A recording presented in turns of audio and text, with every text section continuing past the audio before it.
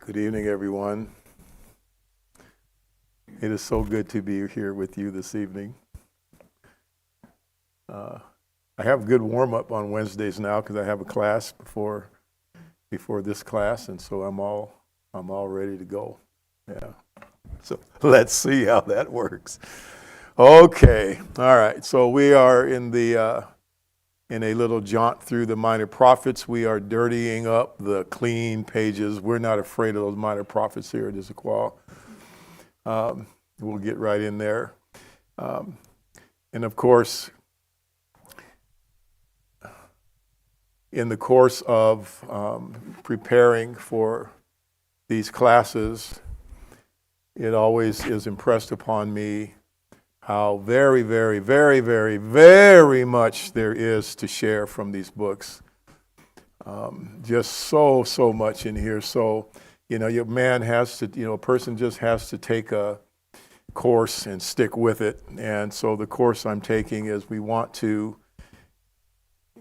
get to the heart. We want the heart of the prophet, the heart of the message, the heart of God in these different circumstances that these prophets are prophesying in.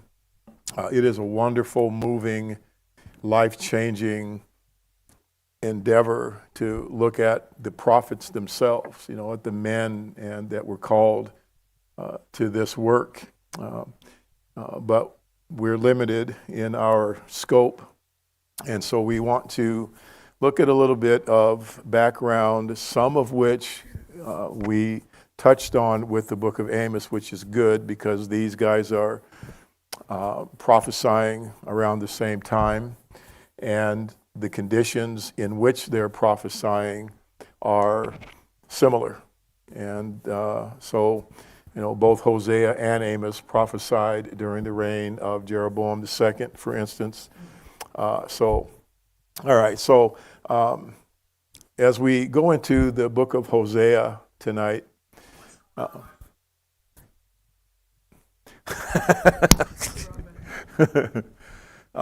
unfailing love to unfaithful people. So I'm glad I got back into audible books again because it's nice to just sit and hear the book read. It really is a good thing. And so I've read through the book and listening to the book. And one of the things that is impressive to me is how you have people who are failing God so badly, really badly. And yet, he continues to tell them, if you will return, if you will listen, because I love you so much, I will redeem you. Okay? And it's just amazing to me. And I guess with the backdrop of some of our backgrounds in the condemning God, march to the rules or you're done for kind of a mentality, where this God is absent. He's just not there. But the real God shows up here in these books. And so we're going to get into the first 3 chapters tonight. And I'll tell you why I segregate those 3 chapters. There's a very good reason for it. And and we'll get into that here. So anyway, let's delve into things. This screen we looked at briefly last week, and I want you to get used to thinking about source A and source B. When the prophets when God is revealing his words through the prophets in their circumstances, what is the problem? And usually I'm finding that it's not necessarily one or the other, but maybe a predominance of one being idolatry and the immorality that comes with that, because if you worship idols, they can't talk or they can't write down a law or anything, so you make up your own. And the kind of immorality that comes with that is what man left to himself tends to gravitate toward. So idolatry or power, empire, building empire, wealth, security, oppression, all those things that go into empire building. And so the source of problems, the source of sin, generally is going to be one of or a combination of these things. And so when you read your Old Testament, be discriminating. Think about what you see these sins, but what are they coming from? Where are they stemming from? Okay, so that's just something that I think is helpful for us to go along the way. And so, as I mentioned earlier, just a moment ago, we're going to get into Joel next time, but both Hosea and Amos prophesied during the reign of Jeroboam II.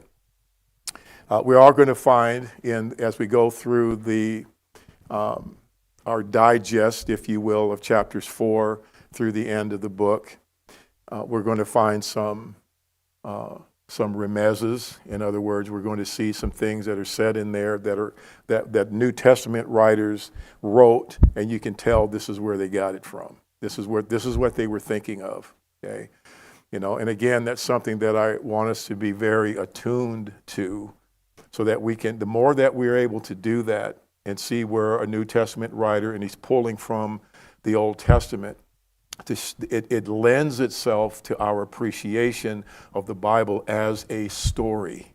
Okay, it is one story.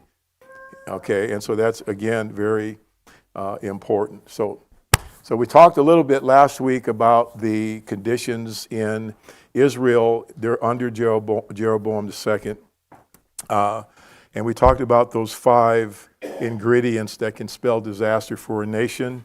I first heard this from Homer Haley decades ago, but peace, power, prosperity, popularity, and pleasure, that when these are brought together, that historically a nation is on its way to destruction.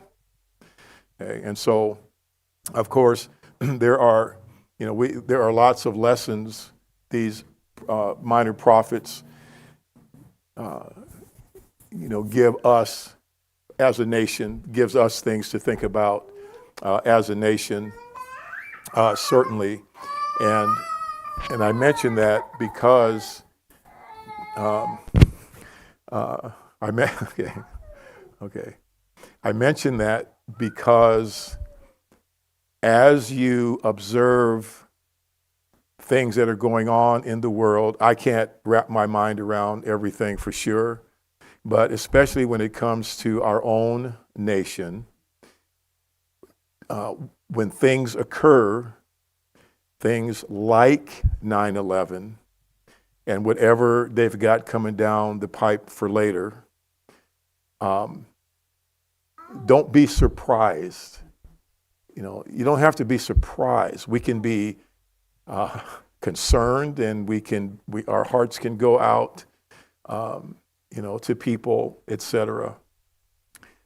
But history is pretty consistent, okay? And God is consistent. With Him, there's no variableness or shifting shadow. He is the same. And when the conditions dictate it, He's going to act the same as He always has. Okay? So we're not going to spend a lot of time talking about America or the things that are going on in the world. We want to talk about this God, who He is, how He's responding under these circumstances, and the message that He wanted to get to that people. And we can certainly draw parallels and lessons from that. Okay, yeah, Chris? You make a good point, because as much as the first thing everybody wants to do is jump to, well, here's what's happening in our nation. Here's what's happening in this other nation. He is talking to his nation. That's right. If you want to make a complete tie to this, he's talking to the New Testament church. He's talking to local congregations. That's who he's talking to. That's who's cheating on him. Mm-hmm. in here, right? Right? So I mean, I think it's important to do that, because it's so easy to just look around but there were nations around him the whole time that had been doing that. Yeah. Right? And yet that's not what he isolates in this case. Now he has punishments for them. So there's not context for it other places. But in the book, in Hosea, this is his people. That's right. Yeah, and if you want to make the best, the most accurate, the most beneficial comparisons, we all know this, context, context, context. Know the context, what's happening here, and then make your application. Okay, Robert, you have something? Or no, it was Kevin. Or were you just, okay, just trying to swat the kid or something, okay. All right, so during the reign of Jeroboam II, Hosea is called as a prophet, and he's foretelling the destruction of Israel and the captivity of the people. That's what we have going on here. And Jeroboam II was the last strong king in Israel. After him, there was a series of 6 kings in Israel in a period of about 25 years. So just one after the other, after the other. Some of them reigned only for 6 months before they were assassinated. So as far as political stability, it did not exist. Everything was in upheaval and not stable at all. Okay, and so we had mentioned last week that Jeroboam had introduced great wealth and prosperity. Okay, so we have that prosperity element and the peace element. Okay, so not only were they prosperous, but the army had been successful. They were at peace in the days of Amos. Remember, we read in chapter 6 that they were at ease in Zion. Everything's good. Secure in the mountain of Samaria. They didn't have at this point any fear of Assyria. For some 60 years they had been at peace. Jonah had prophesied around 780 BC, so there'd been a good period where Assyria wasn't a threat, and everything was good. Okay, so people, of course, we're going to see that there was some really unjust dealings by which rich people got wealth, but there was wealth and there was peace, and but by the time Ezekiel wrote a number of years later, Ezekiel says, "Son of man, these men have set up their idols in their hearts and have put right before their faces the stumbling block of their iniquity. Should I be consulted by them at all?" So as time went on, things degenerated and finally ended up in the destruction of Israel by Assyria, and then later the captivity of Judah in Babylon. And so we've been in that period in the book of Daniel and talked extensively about that period of time under Nebuchadnezzar. All right. Questions, comments? Okay. All right, just a little brief thing about the prophet Hosea. Hosea has been called by some the great prophet of love. We have an apostle that is kind of talked about, the apostle of love, John. But he's also known as the deathbed prophet, because his prophecy was the last before the northern kingdom fell to Assyria. Okay, so it's kind of they're on their deathbed here. This is their God is, because of the things that are going on in Israel that Hosea talks about, God was, at one point he says, I don't love you anymore.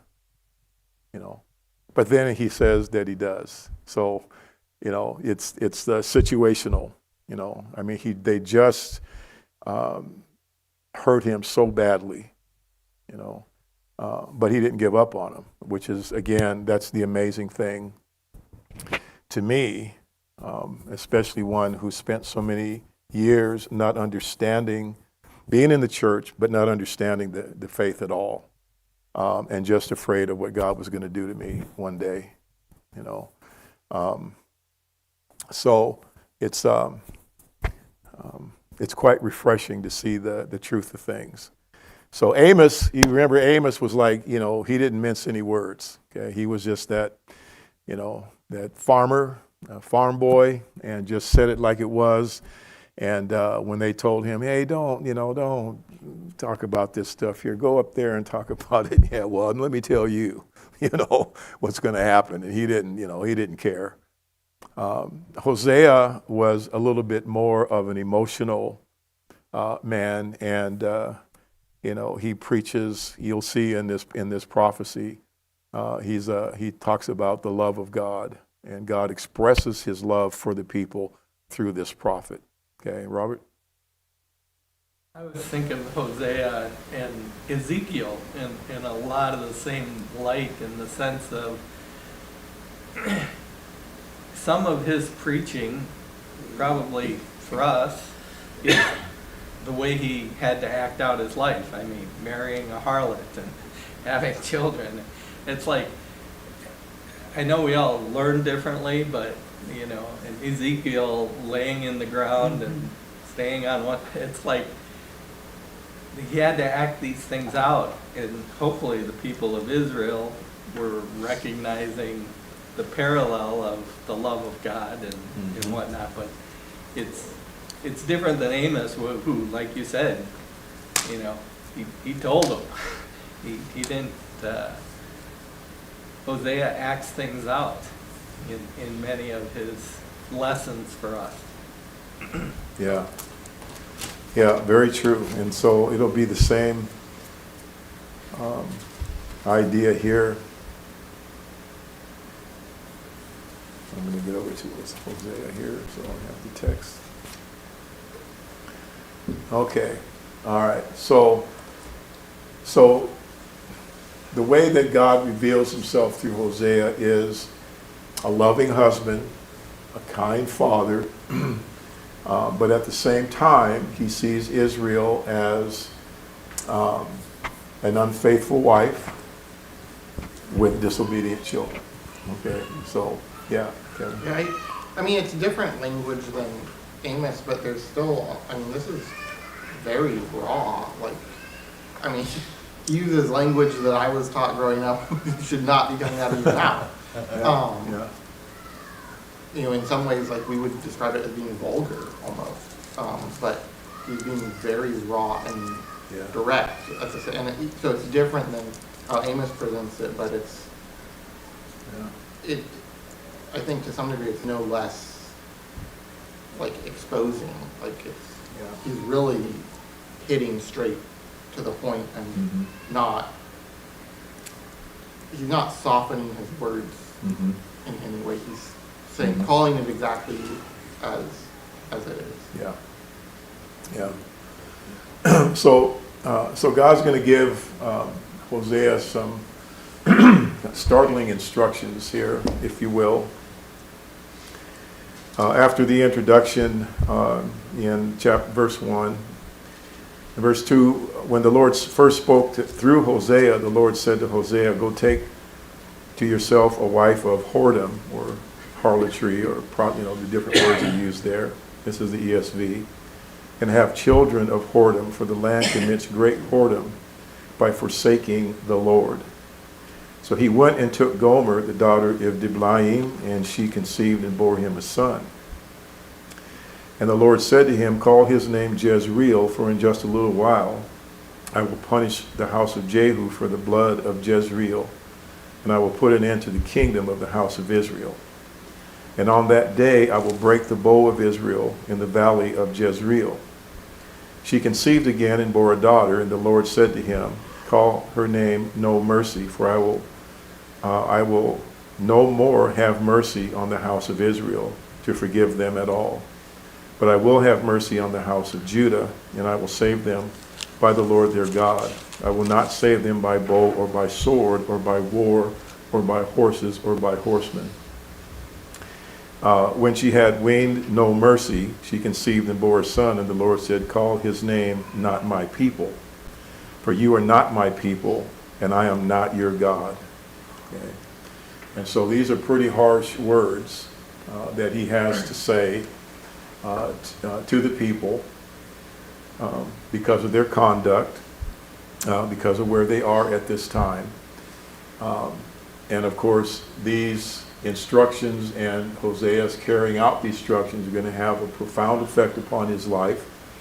And because of what God has asked him to do, I can't imagine that any of the other prophets felt more of an impact from the faithlessness and apostasy from God than Hosea did. Okay?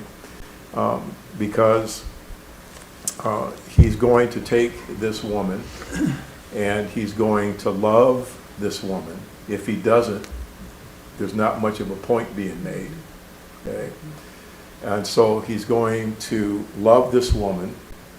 And the purpose of these first 3 chapters are to bring out the comparison between the sinful actions of Gomer and the people of Israel.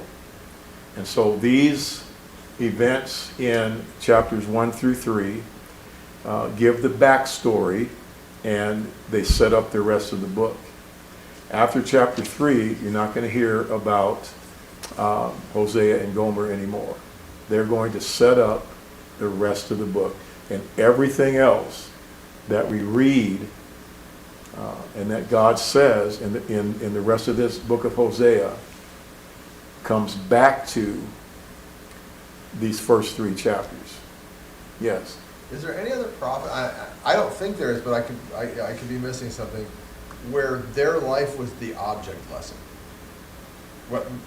I mean, prophets were asked to do a lot of hard things. They were asked to go say a lot of hard things. So it's not, and it's not that they weren't persecuted, but that God right up front says, your job is to live a life by taking a harlot that is going to be unfaithful to you again and again and again. And it's so that I can show my people something. I don't know that there's another prophet that had to endure that. Not that I know of. Yeah, not that I know of. Yeah. So what we have is we see the love of Hosea and the love of God for undeserving partners. Right?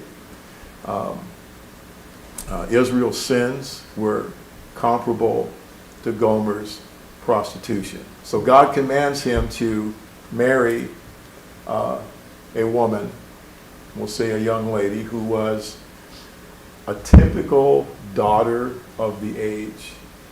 So the alternatives, as I see it, are either she was a prostitute and he ran out and found a prostitute and married a prostitute, or he married this young woman who was a product of the time in Israel, who would turn on him, and for favors, for what they could give her, she ran after these other men. That's what I think is the situation here. Okay? All right? And so he goes out, he finds Gomer, and apparently found her attractive, developed some feelings for her. And when he developed feelings for her, his training now has begun. His beginning to have impressed upon him how God feels about how Israel is treating him. Okay? And so it's quite powerful if you sit and think about it. You know, if a man has a wife that he loves, and she just runs after other men for what she can get from them, right? And that's bad enough. And that's what happens here. And his heart is broken. And so then he says, go back out there and buy her back. She's gone. Okay? She's gone. Chapter 2, say to your brothers, you are not my people. To your sisters, you have you have received mercy.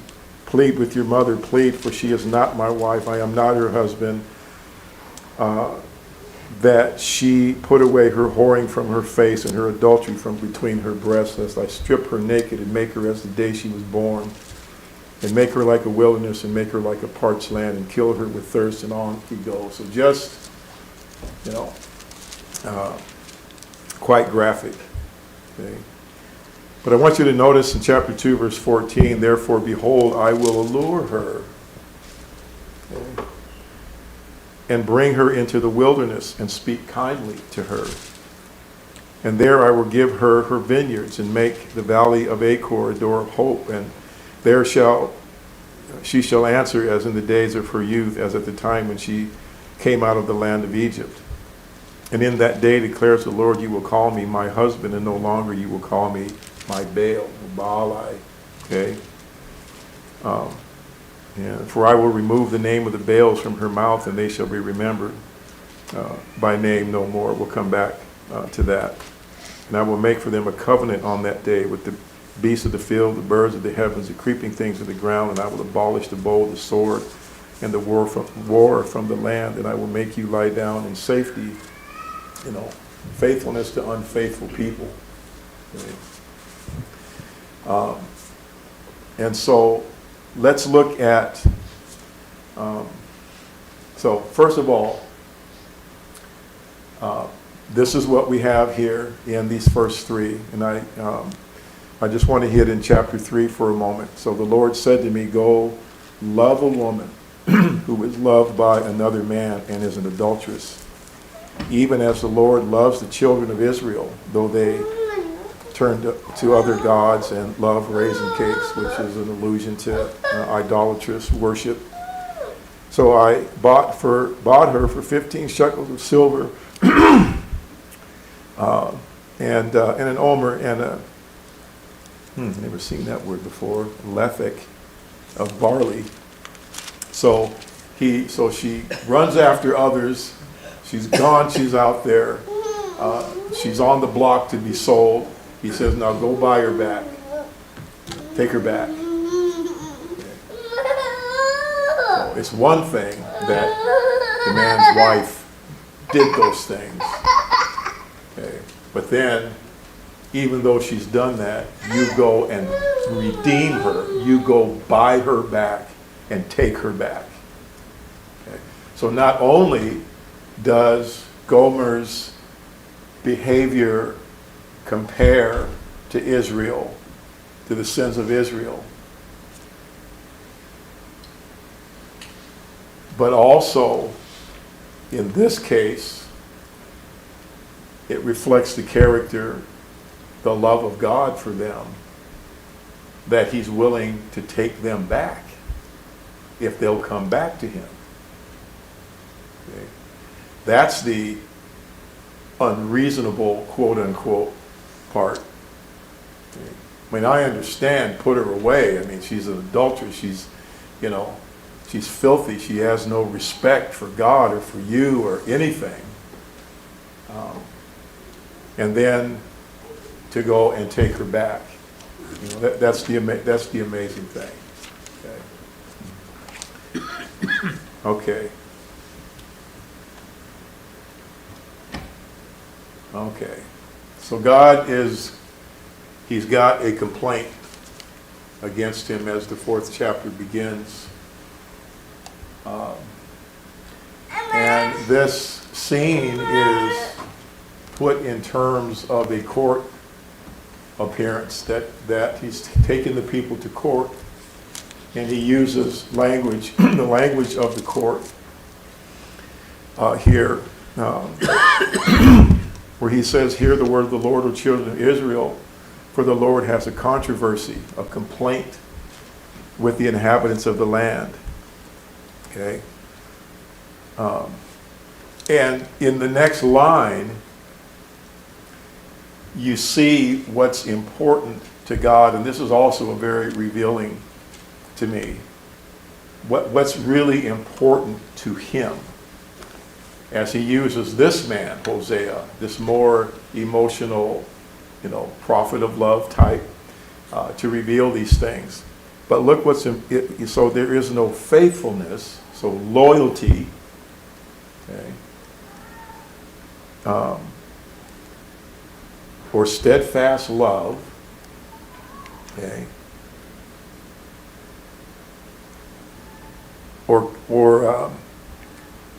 and no knowledge of God in the land. Now, in the NASB, it has "and no kindness." Okay, no kindness. So, these things that are important to God. When we talk about the importance of relationships, how we treat each other, it's just so important to God. So, why is God bringing this suit against them? Well, there's no loyalty.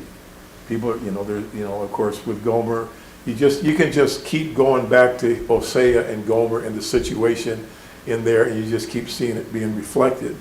Okay, so there's no firm commitment. Okay, they're not committed to him. Okay, just as obviously Gomer was not committed to Hosea. Okay, so there was no, when we talk about faithfulness, so there's a commitment, there's no reliability when it came to their responsibilities. Okay, they didn't do what God set before them to do. They just didn't do it. Okay. Being faithful includes being honest in what you say. But we're going to find that they were a nation of liars. Okay. And to be faithful means you're true and you're faithful to what you know, and you give yourself completely to it. Okay. These things are important to God, and this is where we can apply to ourselves. Okay. And we can think, but everybody's kind of tired tonight. It's all right. It's all right. And we can apply these things to ourselves. And this is, you talk about food for meditation, right? Absolutely. So God wants faithfulness. And he wants these things that comprise faithfulness. It's very honest, or very clear in that. So first of all, there was no faithfulness in the land.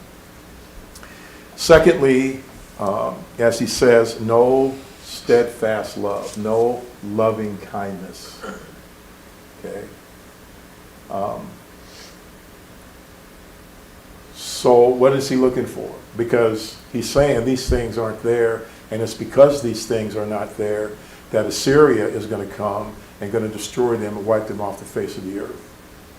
And the only survivors of Israel are going to be the people who went down to Judah before the Assyrian captivity took place. The faithful in Israel, okay, are going to trickle down into Judah, right? And then Judah is going to end up being worse than them. Okay. So that's how it went. But what we're looking at right now is, what does the God who spoke through this prophet want? What is important to him? Okay, so steadfast love, or hesed, toward God and others. All right. Yes, Steve. So that's an interesting comment, thought stream that I don't think I've ever personally thought about before. Mm-hmm. You and I and several of the folks in here are sort of a product of Putterbaugh's Romans and the Old Law thing, and Mm-hmm. the significant effort that he put on to Hesed, Yes. God's loving kindness, his tender mercies. But always I've seen that through the lens of, this is God's character given to you. Yes. This is this is the way that we define God. Yes. This is how he's going to behave. So if I'm picking up your thought stream in here, God's expecting to see that in us. Yes. Yes. Sort of interesting. And that, should that surprise? No. Paul said, it is no longer I that live, but Christ that liveth in me. That's right.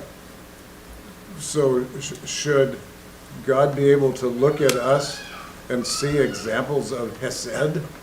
Yeah. Should he see in us loving kindness and tender mercies as Yeah. we, day by day, are transformed to be more like our Savior?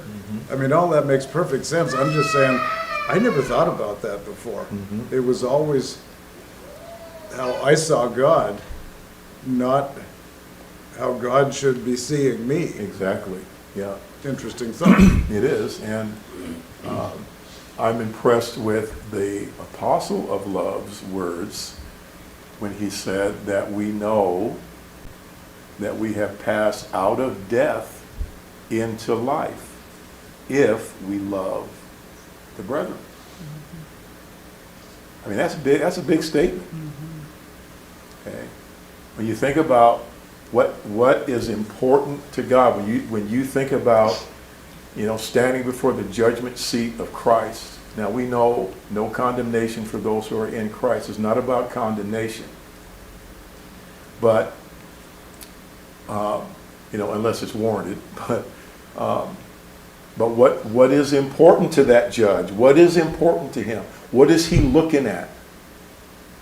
Okay. What's really important to the God who John said is love? How do you treat each other?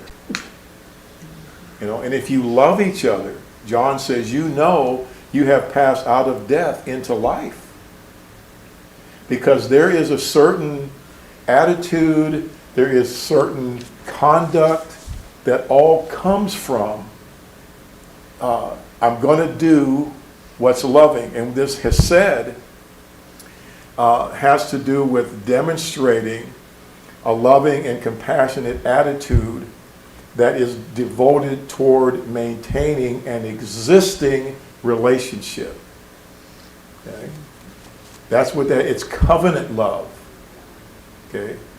And so it's loyalty to the relationship. And so Hesed is as one person put it, the essence of the covenant relationship. That I'm going to act in a way to maintain this relationship. And of course, when you look at the conduct of Israel as described in the prophet Hosea, they were not maintaining. Okay? You were, no mercy. I am not your God, and you are not my son. Okay? The relationship is being completely destroyed because of lack of faithfulness, lack of commitment, lack of that steadfast love. They can't maintain a relationship, a covenant relationship with God in any kind of a meaningful way because of these things that he says are lacking in the land.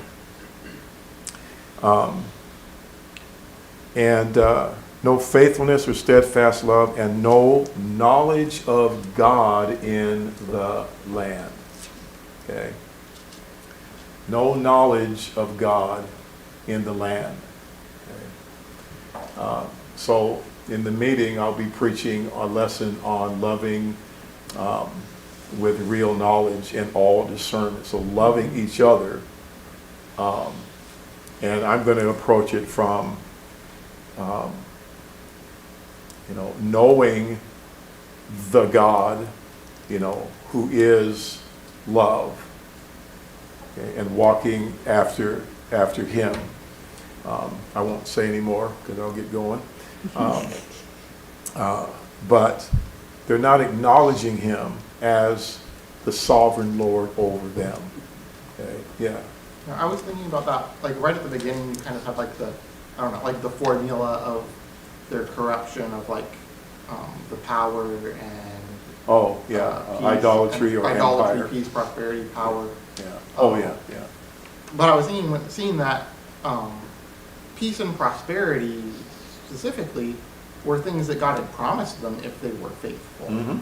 to Him, and not the other parts. But and so I was thinking, like, so what's what's part of the difference here besides the idolatry and stuff? And I think that that's kind of the key, is the knowledge of God, is your peace and prosperity, and you have that, and then are you saying this is from God Mhm. and praising His name for it, or you have peace and prosperity and you have no knowledge of God and you don't recognize Him at all? Mhm.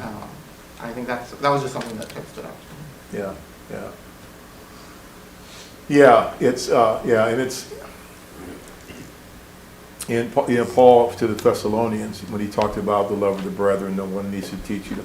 He said, for indeed you do practice it. You know, so the love that he talked about them having for one another, it's experiential. They practiced it.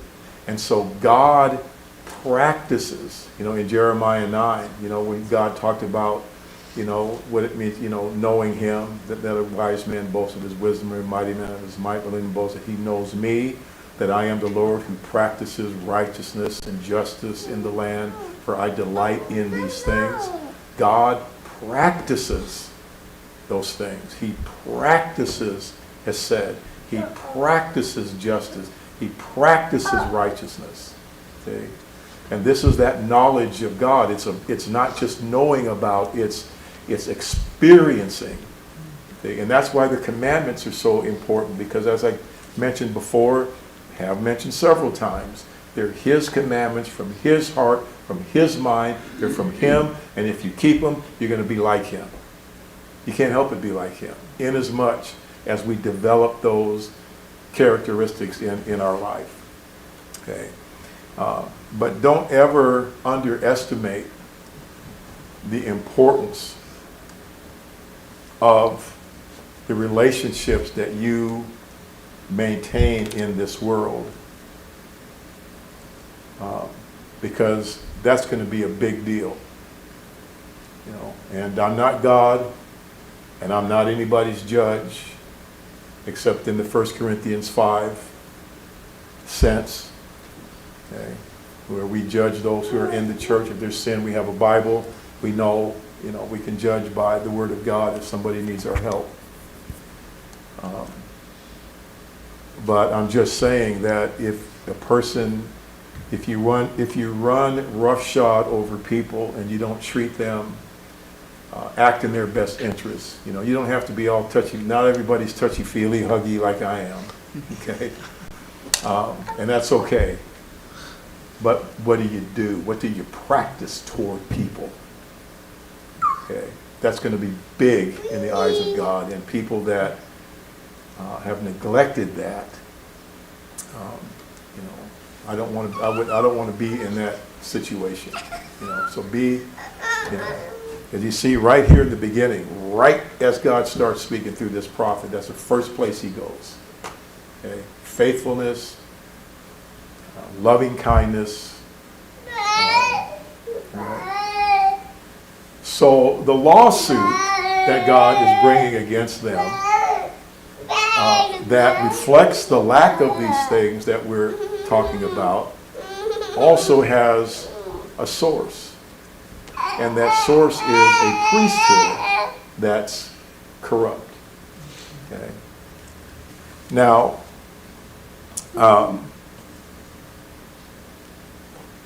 in chapter 4, verse 1, this is what is not in the land. And verse 2 is what is in the land. Swearing, lying, murder, stealing, committing adultery.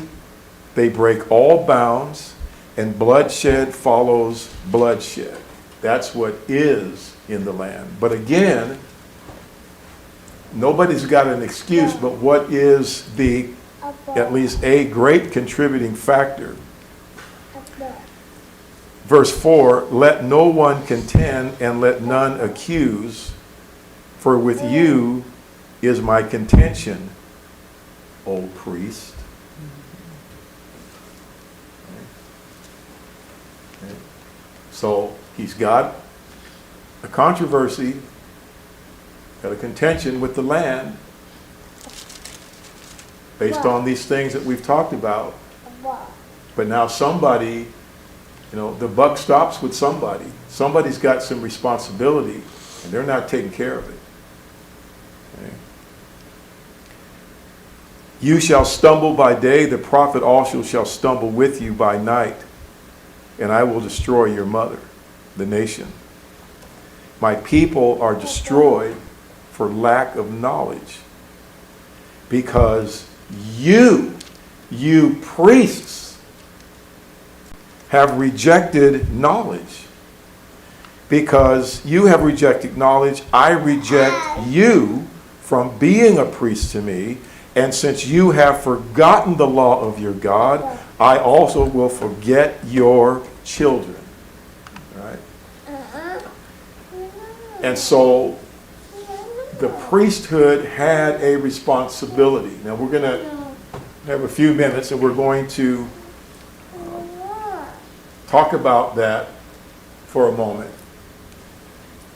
But of course, one of the first things that comes to my mind as I was pondering these things was, of course, 1 Peter 2, verses 5 and 9, where we are called a holy priesthood and a royal priesthood.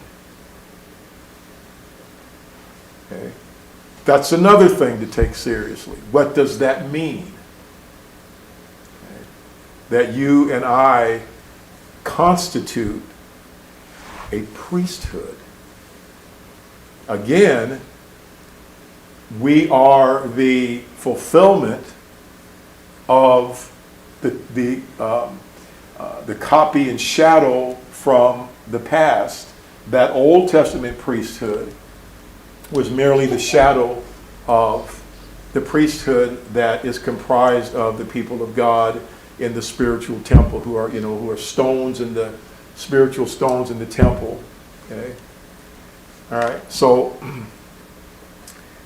let's look at just one verse, and I'm going to go back to the book of Numbers in chapter 16 and verse 5. One verse here. And so we've got a controversy amongst the people of Israel about the priesthood and who should be priests. And you guys, you think you are Moses and Aaron, and we're just as good as you. And you remember that. In verse 4 it says, when Moses heard it, he fell on his face. Okay. And he said to Korah and all his company, in the morning the Lord will show. Okay, first of all, who is his? So first of all, a priest is set apart, chosen or set apart for God. You belong to God. Okay. Secondly, and who is holy? Okay.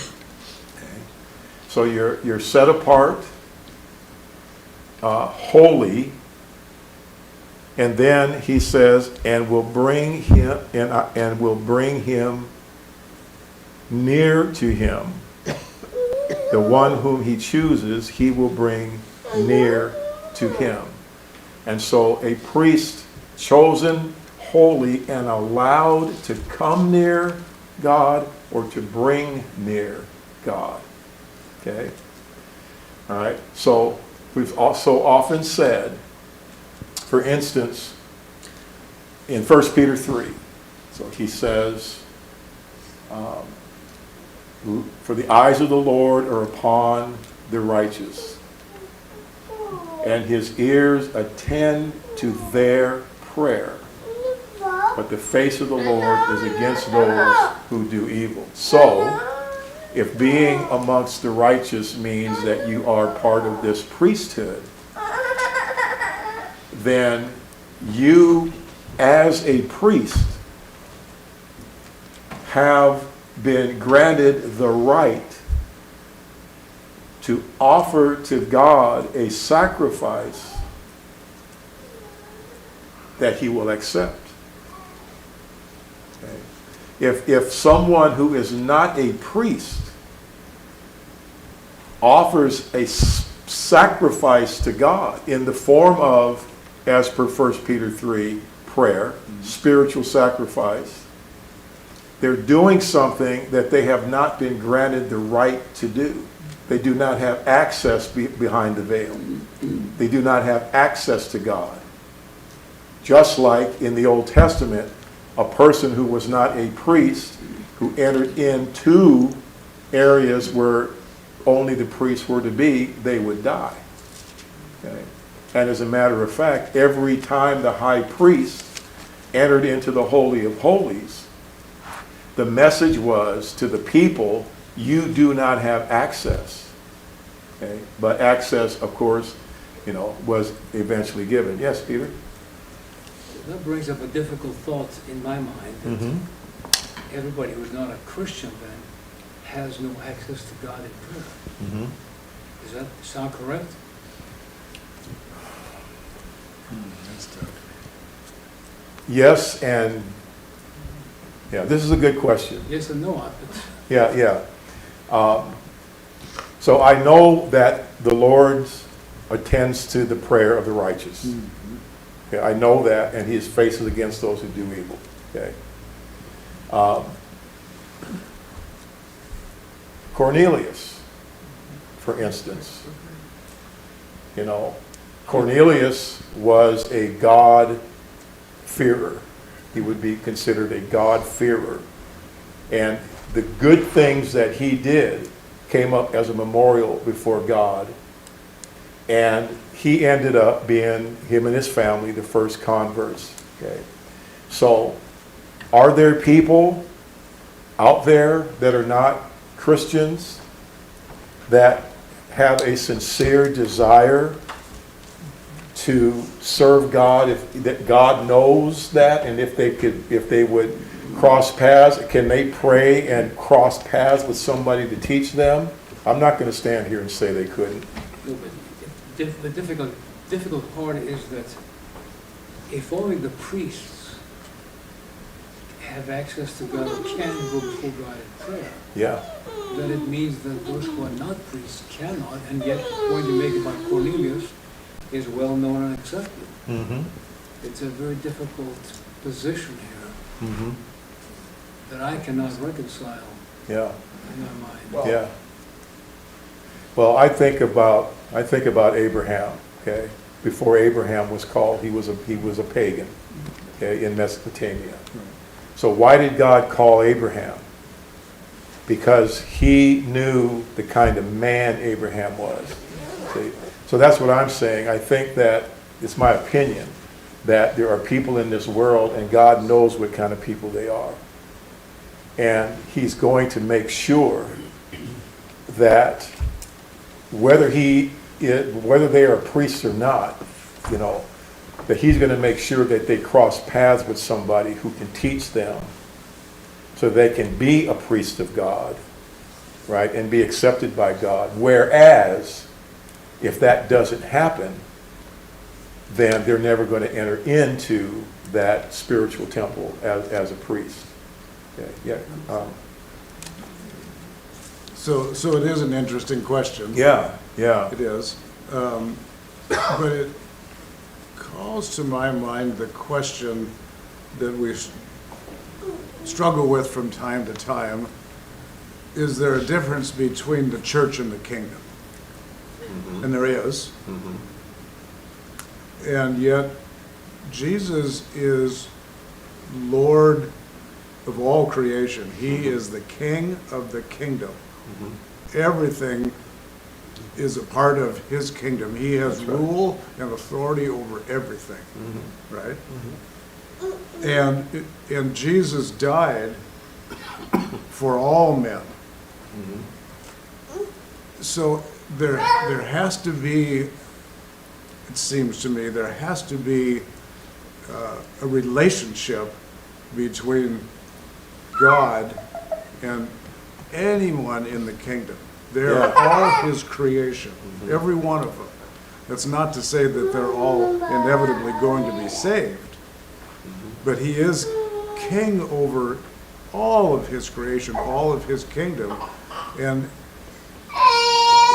he paid the price for all of them, and he earnestly hopes that all of them will come to a right relationship inside of his kingdom. Yeah, I So get there that. has to be a mechanism to be heard if you're outside of the saved, if you will. There has to be a mechanism to access to God. Think about Saul. Saul's praying 3 days. Sure.